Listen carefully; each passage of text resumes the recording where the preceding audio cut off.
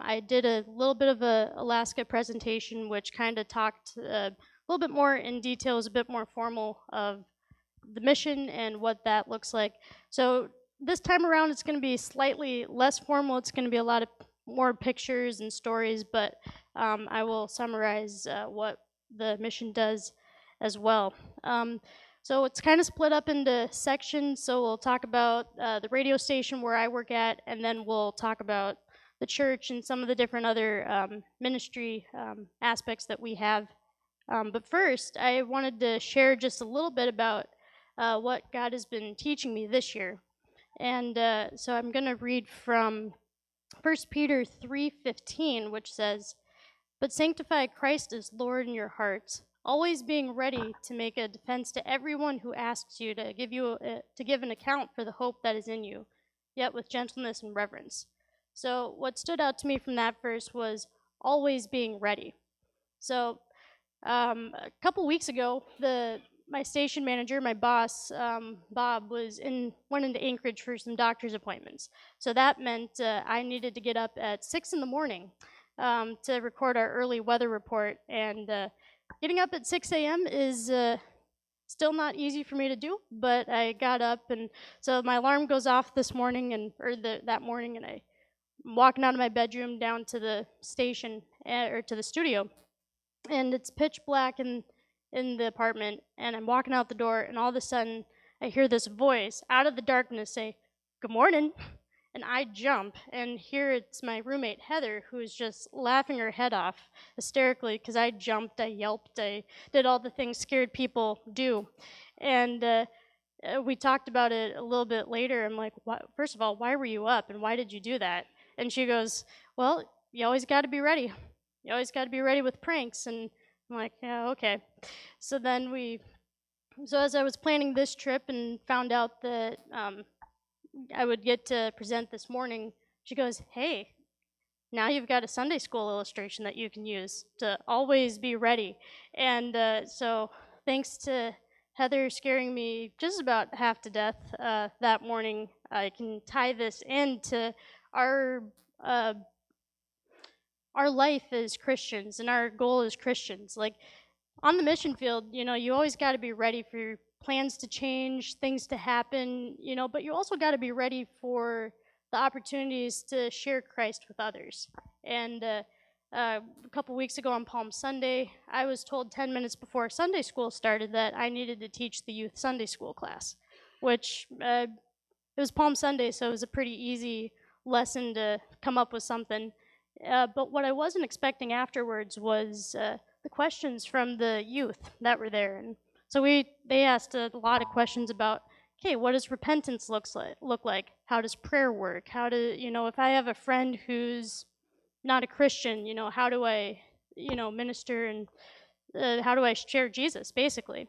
And that was a good conversation, so all the Sunday school teachers are back teaching Sunday school this morning, but the point's the same, being ready to answer those questions. And then just recently, a week ago, when I was in the airport in Anchorage, I was talking to a friend of mine from Alaska. She was a teacher at the school there, and she's not a Christian, but she knew that I was with the Alaska mission, and so she brought up the topic of faith and religion, and we just had a really good conversation. And so it's that theme of always being prepared to share your faith. And you don't need to be in Alaska, you don't need to be in Brazil or any other country to do that. And it was a good challenge and a good reminder for me to make sure that I'm in the Word and I'm growing, and that I can be able to answer those questions with God's help, and hopefully a challenge and encouragement to you as well. So that's a little bit of a devotional because it's Sunday school and I am a missionary, so I figured we need to have some piece of God's Word in there as well. So moving on to the slideshow, and it's kind of split up into sections a little bit. So after each section, I'll stop, and if you have any questions with those, you can ask those then. So a year ago on May 13th, my family and I got on the road at 1 in the morning Central Time to go to Fargo, and this was me at the airport in Fargo, and uh, it was a early morning. It was a very long day. When I got on the plane, I got to Chicago at 7, and then I just went straight through to Anchorage, and I didn't get to Naknek until it was 4:30 local time, but it was 7:30 p.m. in the evening Minnesota time, and so it was a long day.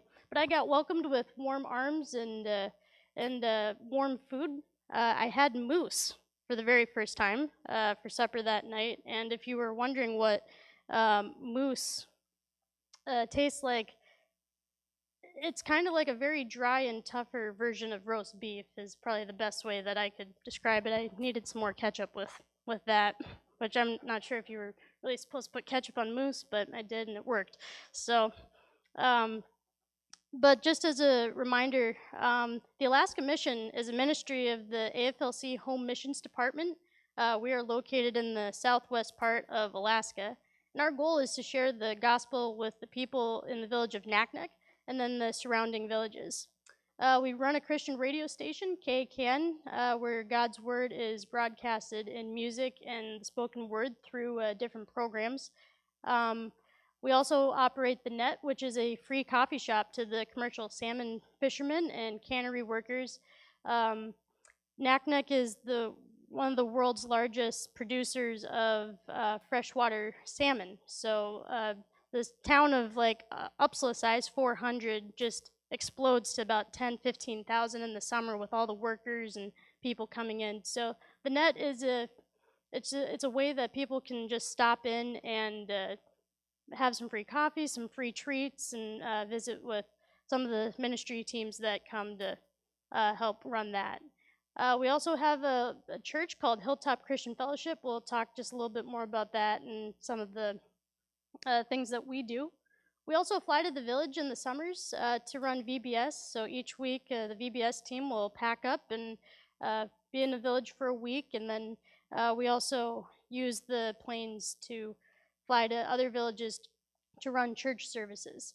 So the important thing to note with that is you can't drive to Naknek. The only way you can get into Naknek is flying in. I mean, you could probably get on a boat, but that from Anchorage, but that's going to take a long time. So a typical car ride to, like if you need to go to St. Cloud or Little Falls for something, you can just hop in the car and you're there in 30 minutes.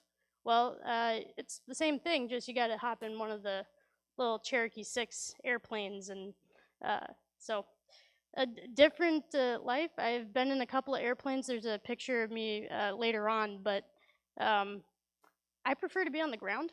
I don't get me wrong. I enjoy flying and it's good, but I like being on the ground. So this is the KCAN station building.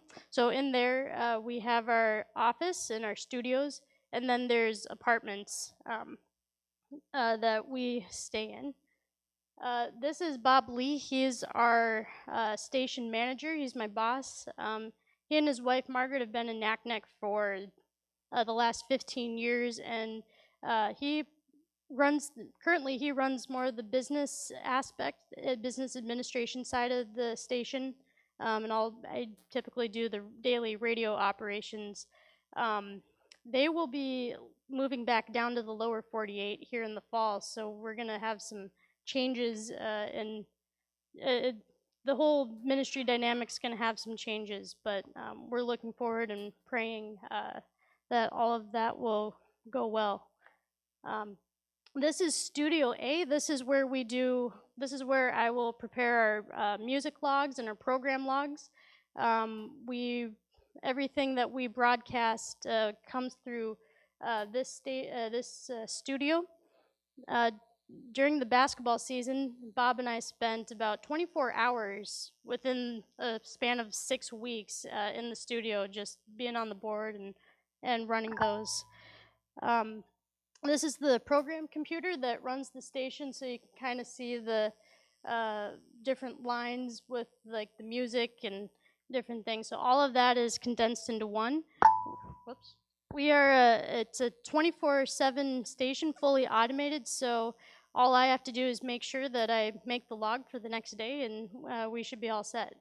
If I don't, we get woken up by an alarm at midnight, um, because if there's 30 seconds or more of dead air, the alarm goes off. And I actually, the first couple of days, I actually slept through one of the alarms, which there wasn't really anything I could do because I hadn't learned how to troubleshoot that yet. But if an alarm goes off, like at any point during the day, if I'm short on music in an hour or something, I will quickly sprint into the studio and troubleshoot that.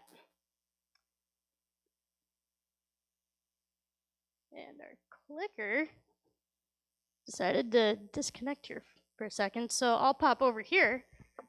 Sorry, you won't be able to see me over here at the moment, but so this is Studio B. Studio B is where we record our weather reports and our so during the summer with the fishing season, the cannery or the Department of Fish and Game will call into the station with fishing reports for the local fishermen, and so they give the number of how many fish have been harvested, what the escapement number is, and they open and close those times. And then this is Rod Scheel. He's our engineer. He's a very nice guy. We have a commercial station in Naknek, so KCAN is a commercial station, and then we have two non-commercial stations located in Dillingham and Igiagig. So he has done a lot to make sure towers are built and all of our equipment is running well. So this day we were in Dillingham. All of those totes are all of his things. Rod does not pack light when he comes up, so whenever Josh, who's our maintenance man, goes to pick him up from the airport, he always brings the pickup truck because he knows Rod's going to bring about 5 different totes with him. But this is our tower, our broadcast tower in Dillingham. It's about a 400-foot tower just outside of one of the churches there, so that we are very thankful for that church to house the tower and then the broadcast equipment in the church. So if you know me, I was very excited to hear that I would get to try my hand at sports broadcasting. So this was a setup of our broadcast table during the basketball season. So in that box that's in the center, you could dial in the radio station number and call in, and we would be on the air. This is just before my first basketball broadcast. That's Wesley Foster alongside me. He has called the games for the last 10-15 years. He was more than happy to hand some of those reins over to me because he has a very loud and distinctive voice, and after he calls a basketball game, his voice is completely shot. So he was happy to get a little bit of a break. So it's another action shot there. We've got our stats and everything.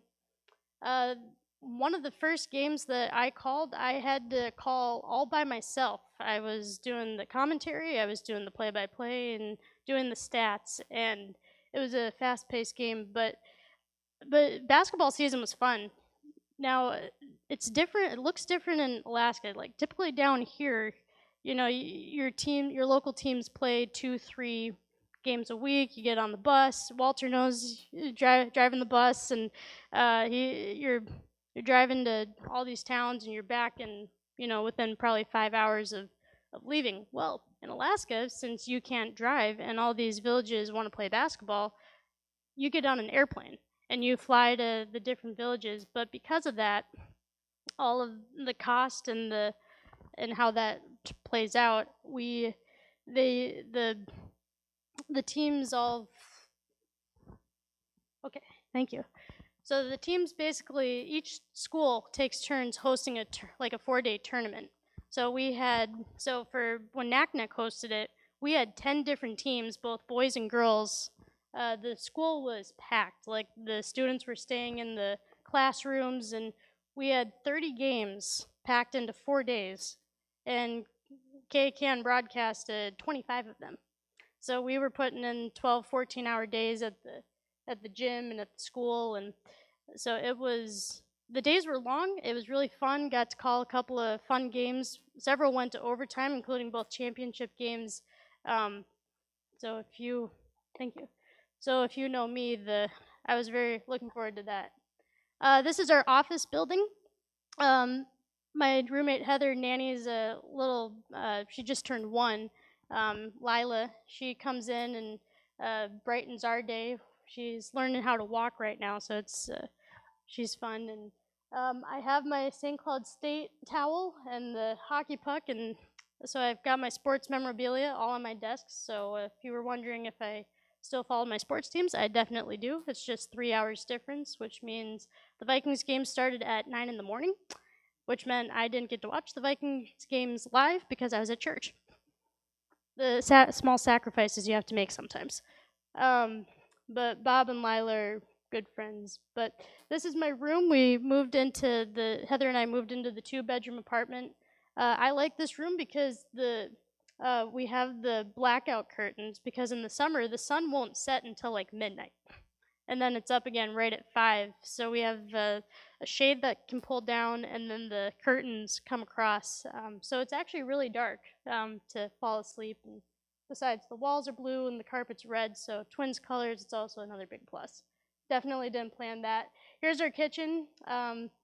We've got oven, microwave, dishwasher, fridge, and then this was a picture taken at Christmas, but we had our Christmas tree and just a nice little living area for the two of us.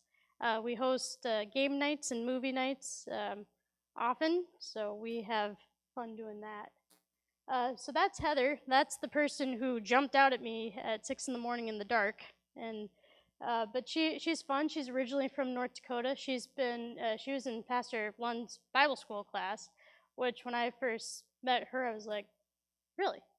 But she's fun, and our personalities complement each other well. We became friends very fast, and she's a prankster. Our sense of humor is kind of the same as well.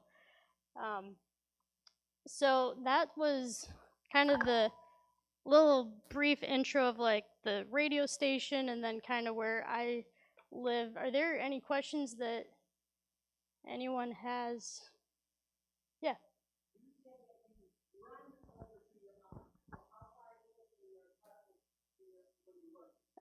Probably about 10, 20 steps. Yeah, no, it's the exact same building. Yep. So kind of that front part of the building is like the studios and the office, and then I'm on the back. Yeah.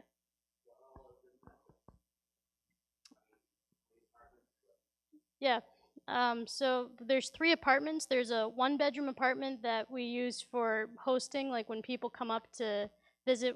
Like when my parents came up to visit in September, we put them in there. And then there's a 3-bedroom apartment. That's where the Lees currently live. And then Heather and I live in the 2-bedroom. Josh, when we moved into the 2-bedroom apartment, he moved out to the garage because in the garage we have a 3-stall garage, but then there's a 2-bedroom apartment out there as well that was designed for hosting for people to stay as well. So.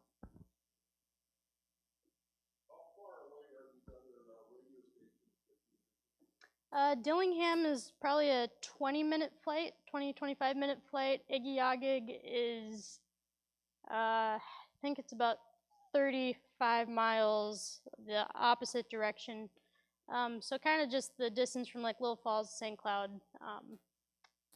Otherwise, a lot of the villages that we fly to are, for the most part, within like an hour. Flying different, yeah. A lot. I I don't have the number. Like for the little planes, I don't have the number. I probably should ask Josh that. But it is. Dad might know as well.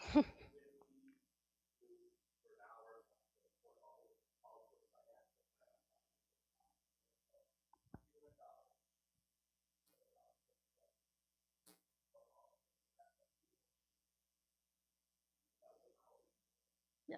Dan. Very small. I'd say probably like you can range from maybe 100 people to like 30 people. Fishing villages, natives. It's a mix of. It kind of depends on the village. Like Agagik is definitely a lot more native, just because of all the fish. They've got a really good river that the fish come through in the summer. So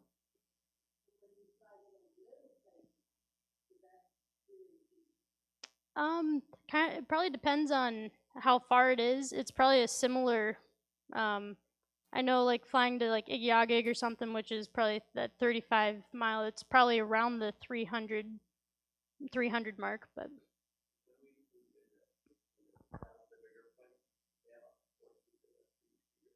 yep. It also depends on weight and like how much weight you have in the plane too, because there's a ratio of weight to gas, and you can't if you have a certain amount of weight, you can't have as much gas, or it's a ratio that my parents want me to become a pilot, so maybe I need to become one to answer some of these, but we have in the summer we'll run VBS, so a week-long VBS, and then in a couple of the villages we'll go on Sundays, weather permitting. Like today, this kind of weather we probably wouldn't be able to fly because the ceiling's low. But if weather permits, Josh and if a team's up, or we'll go out and just basically run a church service. So.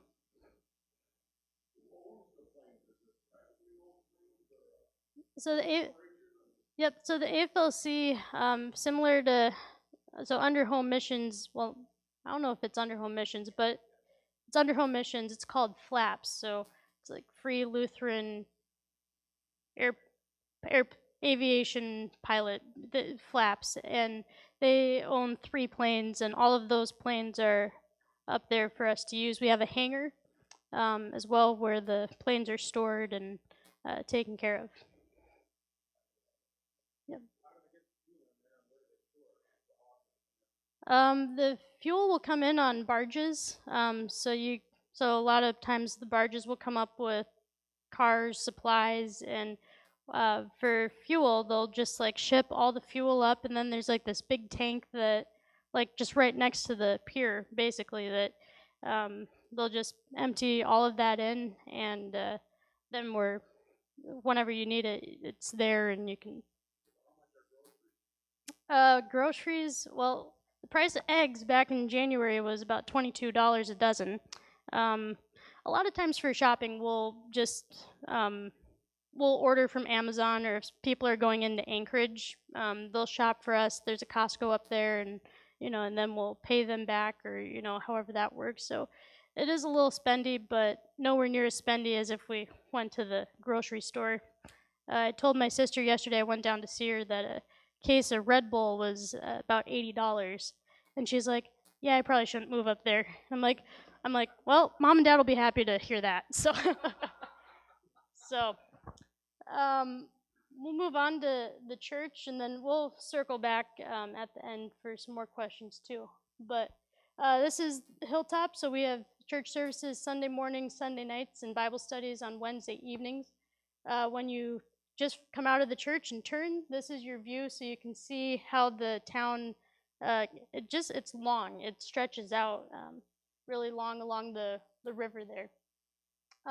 These are a couple of our Sunday school girls. That day we were talking about the wise man and the foolish man building houses on rocks and sand. So Heather brought the gingerbread house as a visual illustration of building a house, and they were very happy about their house. Similar to down here, we had a pie potluck, pie social after a Thanksgiving service the day before Thanksgiving. So lots of pies, and that was fun. Churches from the lower 48 will make quilts and send them up to us. We have a quilt giveaway, and a free quilt giveaway. People can come in, take them, and after a couple hours, 90% of those quilts and clothes were gone. So if you want to send quilts up, we will take them, because our quilt room was very, very full when I got up there, and now it is very, very empty. So we had many summer teams come up.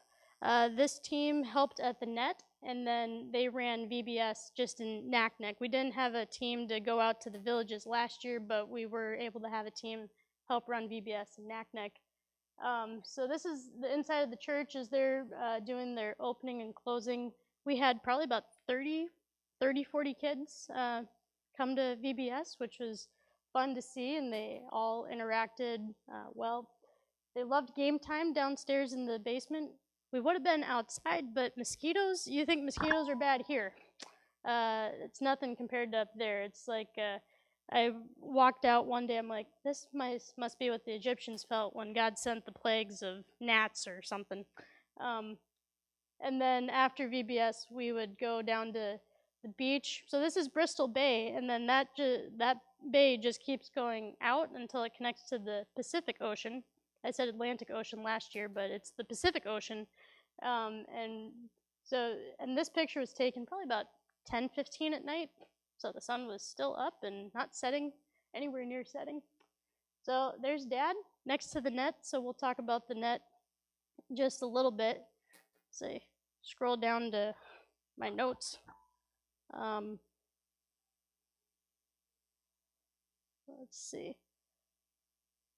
So the net building is positioned really in a good area. It's like there's one intersection in Naknek.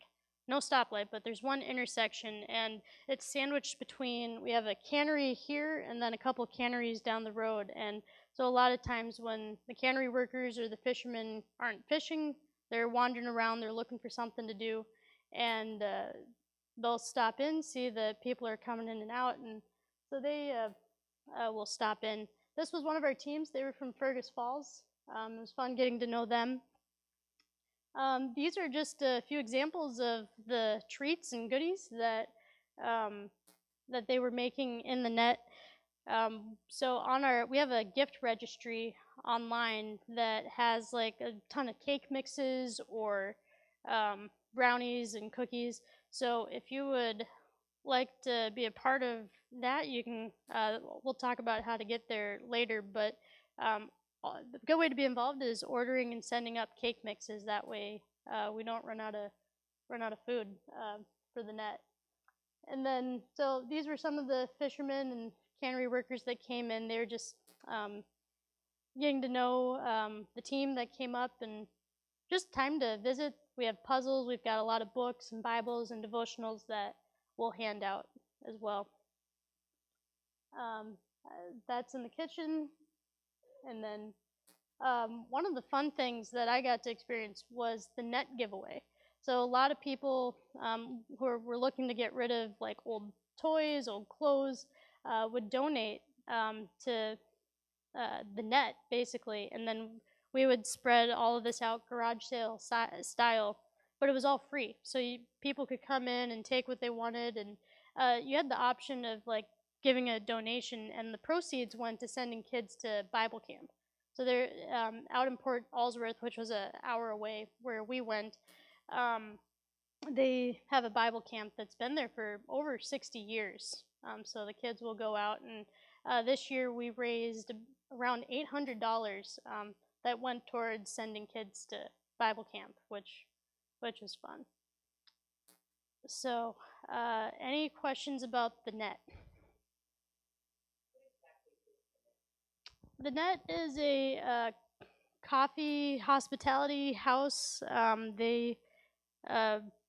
It's there to give the fishermen and cannery workers something to do. There are several bars in Naknek and nothing else really. So in the summer, it's a good alternative to from spending time at the bars. A lot of people spend time at the bars up there, and so it's just a fun place where they can come, they can sit down.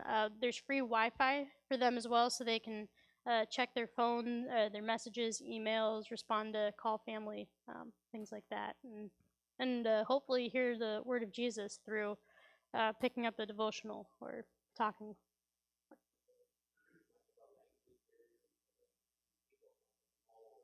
Yeah. I wasn't at the net for. I was trying to figure out how to run a radio station for most of the summer, but the couple days that I was there, yeah, there is a language barrier to some extent. So Google Translate is nice because with technology now you're able to, just either write something out, scan it, but for the most part, there's at least someone there, probably, whether it's a fisherman or one of the workers, to translate a little bit. I'm looking forward to seeing what that looks like a little bit more this summer. I'm hoping to be there a few more days than I was. One of the teams that we have lined up to come up to serve at the net, they've got two people from Mexico.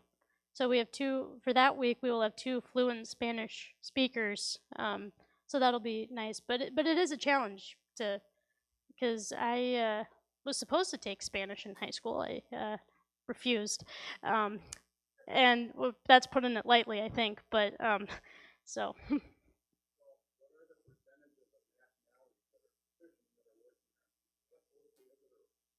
there's a lot of people from South America. So like Ecuador, Mexico, Guatemala. I don't have a picture of it here, but we have a world map and we have a map from the United States, and we have pins, and you can put a pin on wherever you're from. So we've got people from Africa, we've got people from Central, South America. I think we had some people from Europe, Sweden, Denmark.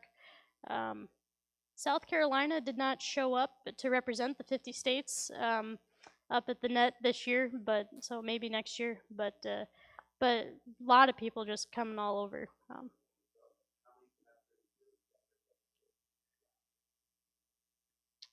It was it was around 45. I think it might have been 47.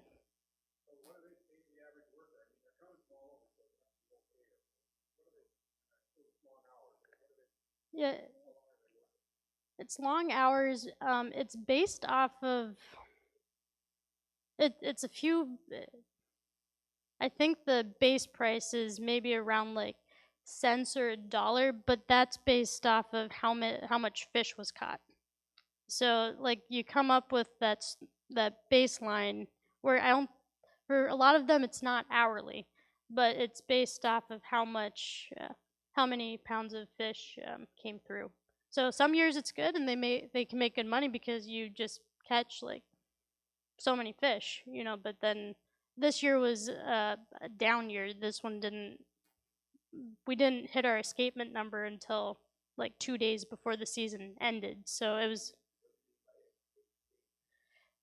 So every season you have to let a certain number of fish escape upstream. That way you still have fish to come back for next year. And it was a very slow run, slow year. So um, the fishing periods were closed quite a bit just to make sure that you could get a lot of those fish all the way through.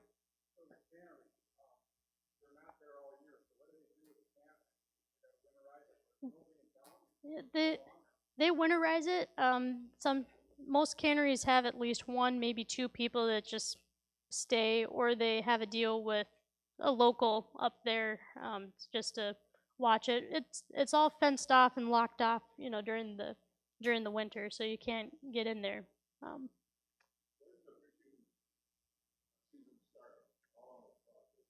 The fishing season will start mid-June and then go to mid-July. It's very like of fishing. It's about 4 weeks, very short. The fishermen will start coming in probably in a couple of weeks. They'll start flying in, getting settled, waiting to get the boats ready. Um, so we'll have people from like mid-May gradually just swarming up to that 10,000, and then after the like mid-July, then they're slowly trickling out.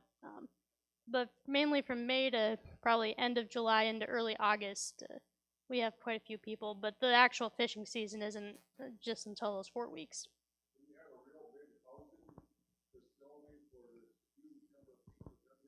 Yep. Yeah, each cannery has a dorm building. So big dormitory buildings that um, they'll stay at. The people who are actually fishing on the boats will basically just live on the boats for those 4 weeks, for the most part.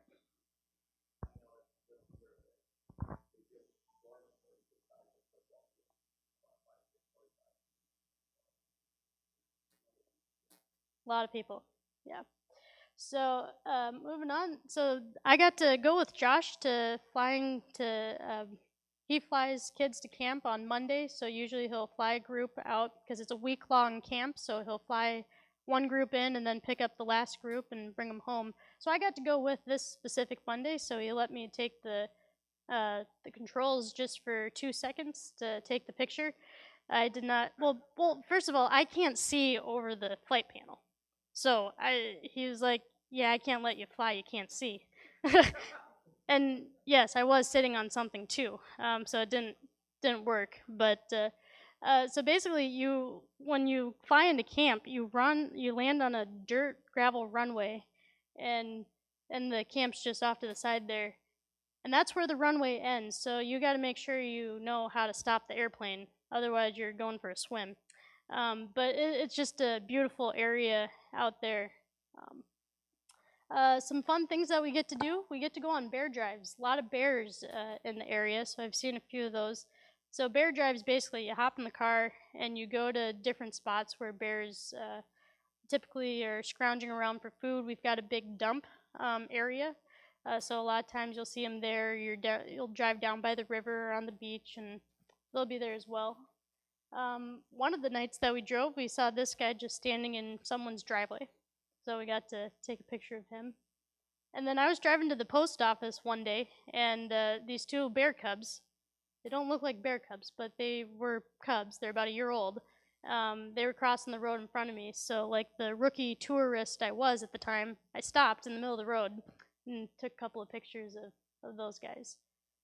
Something had happened to their mama, and but the Fish and Wildlife Department came and they grabbed him. I think they took him to a zoo or found another. Because mama bears will, if there's a abandoned bear cub, they'll adopt the stray cubs. Because if these cubs come across a male bear, it's not gonna end well. So these are not my pictures, but I figured you'd like to see the sunset from the beach. So just a very beautiful beach. You can go and walk alongside there.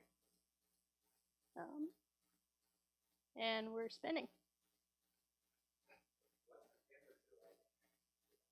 Um, well, in the winter was actually pretty warm this year, but during the summer months, the high was about 50. It was like 50, and it was kind of wet, rainy. Sometimes the sun was out. We only had like 2 or 3 days where it was actually like 75 and sunny, and that 75-degree day felt like it was 100. Just because you're not used to it, your body gets used to the colder temperatures, and the winter was unusual. A lot of the people were saying it was unusual because it was like 30 degrees and snow didn't stay on the ground. Like we'd get snow, but then it would melt like within 2 days. So I didn't really have to bundle up too much. I was in my spring coat basically all winter, which I know I probably shouldn't be telling you that in Minnesota, but so the canneries at the end of the season, they bring up all the food to feed the workers, and when they have leftover food, they donate it to the community. And so we'll just like kind of at the end of the fishing season, we're watching Facebook, and someone posts, "Oh, there's a cannery giveaway happening right now." You drop whatever you're doing, you grab a tote, and you take off. So again, another theme. You always got to be ready because you don't know the time or the hour. And so they unload, and then everything is just spread out, and you have your box, and you kind of just fill up on like bread, or sometimes there's meat. I have a picture. There's this big, probably 5-6 pound thing of bacon that was bigger than me, and I was picking it up, so I brought home the bacon that day. But now some people don't get the food from themselves. They'll get it for like the elders who are in the community, or if there's people who don't have a car or can't get there, they'll fill up a few boxes for them. So we knew a single mom who didn't have a car, and she was kind of struggling a little bit, so we just packed up a few boxes for her one of those days and brought them. Similar to here, we have a Heritage Days festival. They call it Fishtival. So we have a parade, and that was a fun day. We had a parade. We had a tug of war contest. Whoever was the first one to go headfirst into the pool lost, which in this picture, poor Gracie, the little girl, she just went headfirst in the pool, just drenched. And this was fun. I didn't actually get to do this because they were done, but they had a whole salmon, and you painted, like gills and all, you painted that and then pressed it down on the paper for fish painting. So maybe next year we'll get there early enough to do that.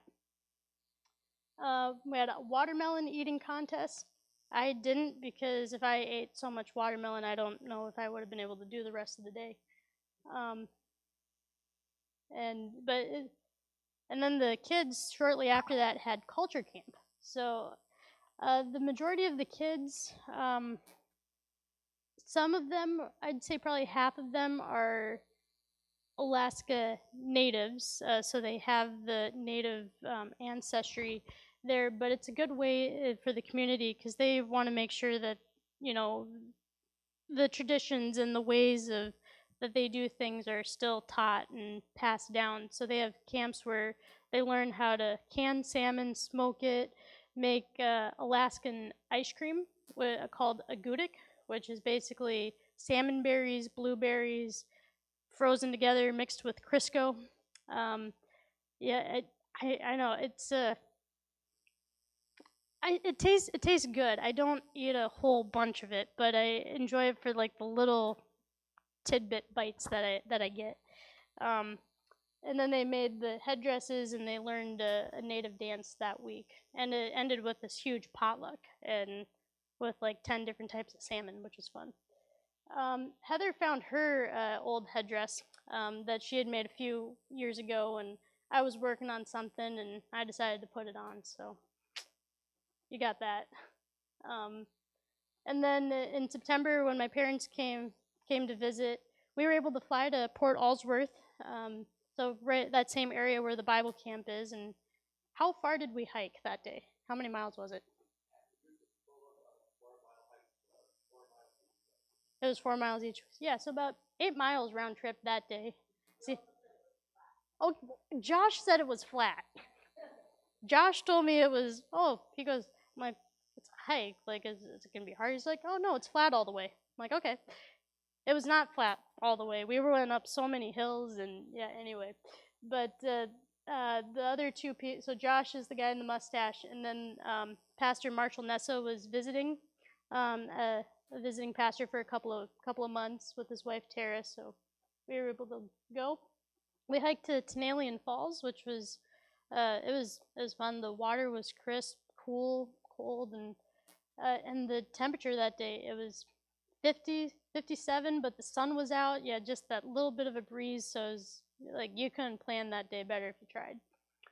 Um, Another picture of us by the falls. There's rock formation that Dad and Pastor Nessa decided to climb across to, and taking pictures and selfies. So I've got pictures of Dad with it. You can ask him for some of those pictures too. But we were impressed that nobody dropped their phone or slipped or something.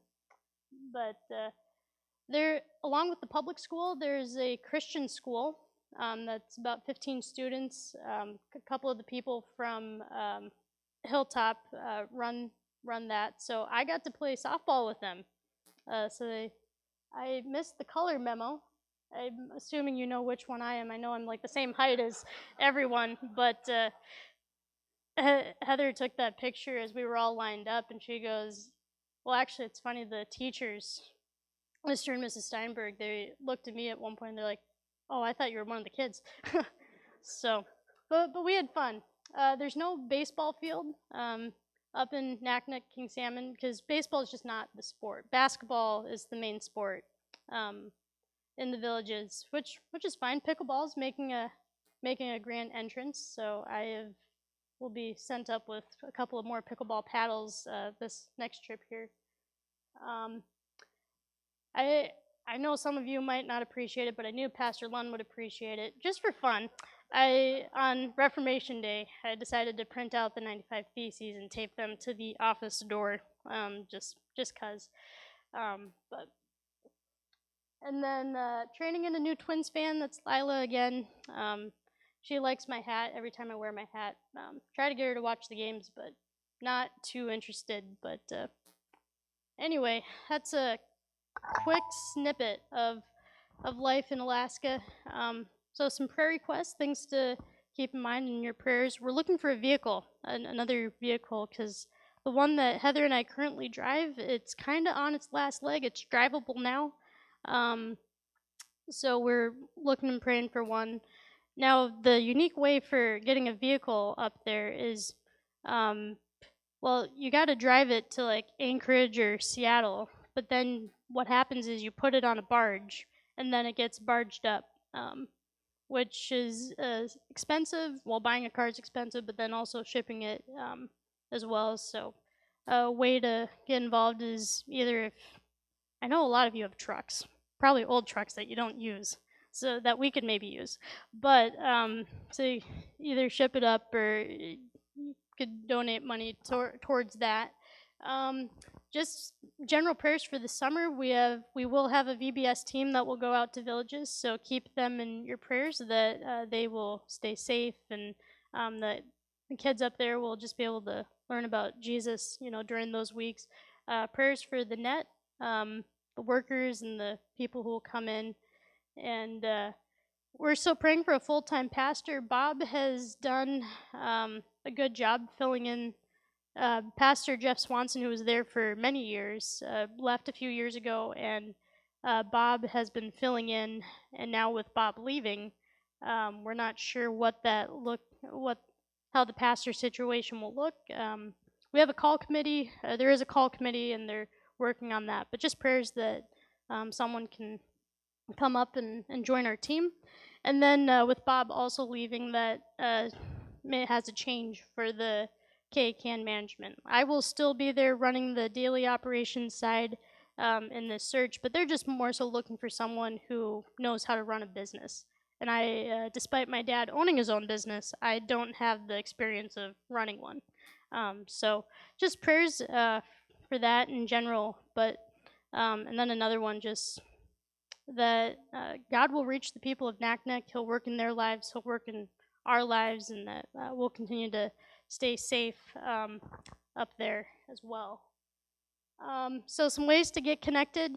If you go to the AFLC Home Missions website, under the menu, you can click on the Alaska Mission, and there's various links to the gift registry. If you order from the registry, it just automatically gets shipped up to Naknek, so you don't have to worry about needing to find the address to ship it up there. You can visit kcan.org. We're streaming online now, so you can hear. Suzanne, did you able to connect that, or? Oh yeah, we can play it after church. So we also have business cards. I'll put these on the back for the radio station, and then there's a QR code on the back. You can scan it with your phone camera, click on the link that pops up, and then you can listen to the voice of Bristol Bay. And then again, just keeping the rest of us in your prayers. So it is about 10:15. I know I want to give you guys a break before church. I went a little long. Johnson's like talking, so maybe a couple of questions and then give you guys a break. As many as God has me up there. I didn't sign a contract with a certain number of years. It's just going to be more of how God leads, and life is good up there. I'm very happy. Like, this is God definitely knew what he was doing by putting me up there. So I am more than happy to stay as long as he has me up there.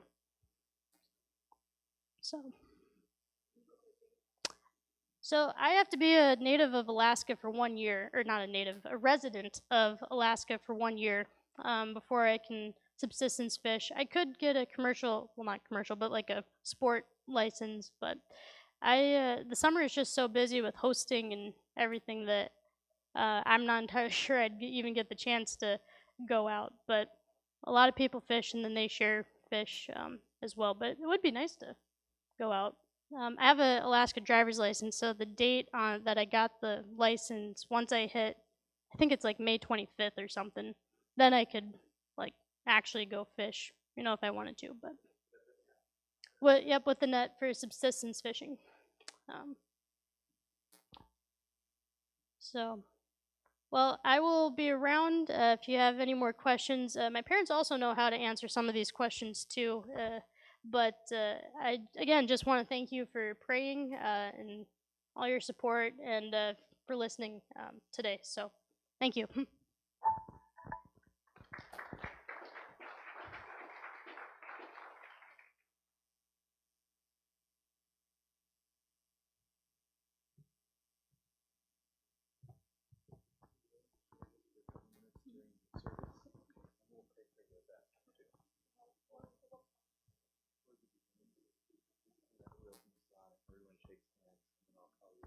Okay.